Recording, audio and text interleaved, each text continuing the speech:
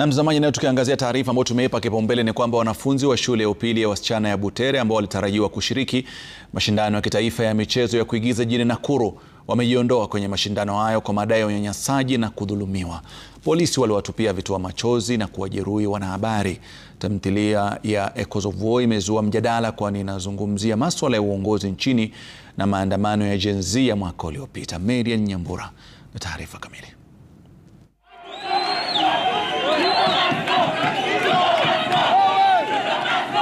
Kizaazaa kilishuhudiwa jijini Nakuru mapema leo. Maafisa wa usalama wakitumia vitoa machozi kuwatawanya wanafunzi wa shule ya upili ya wasichana ya Butere ambao walijiondoa kushiriki mashindano ya mchezo wa kuigiza ambapo walitarajiwa kuigiza tamthilia yao ya Echoes of War. Wanafunzi hao walipata mwaliko kuhudhuria mashindano ya mchezo wa kuigiza yanayofanyika jijini Nakuru kuchelewa. Tetesi ni kuwa tamthilia hiyo ilikuwa inaangazia matatizo ya uongozi nchini. We were harassed by the police.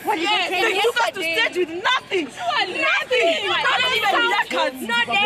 The students were allowed to perform at 8 o'clock.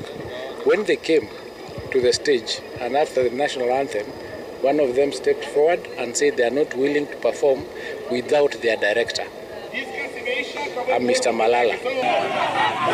Shule ya upili ya wasichana ya Butere iliondolewa kwenye orodha ya shule zitakazoshiriki wiki 3 zilizopita. Ila mahakama kuu ikatoa uamuzi wa kubatilisha haya. Mchezo huu ni mchezo wa kawaida, tunaonyesha the plight of the young generation in Kenya.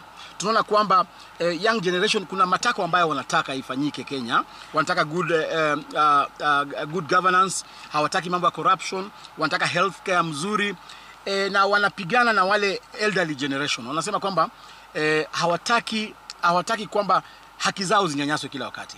Wanapigana na the leaders, wanapigana na religious leaders, wanapigana na wazazi wao. Usiku wa kuamkia leo, hali ya sintofahamu ilishuhudiwa nje ya shule ya upili ya wasichana ya Kirobon kwa zaidi ya saa 4. Aliyekuwa seneta Cleophas Malala akizuiliwa kuwaona na kuwatayarisha wanafunzi hao ambao walipata malazi katika shule hiyo. Namuuliza wapi charge sheet, wapi summons, hakuna. Ila hali niko na order ambayo inaniambia nikuje nifanye mchezo huo.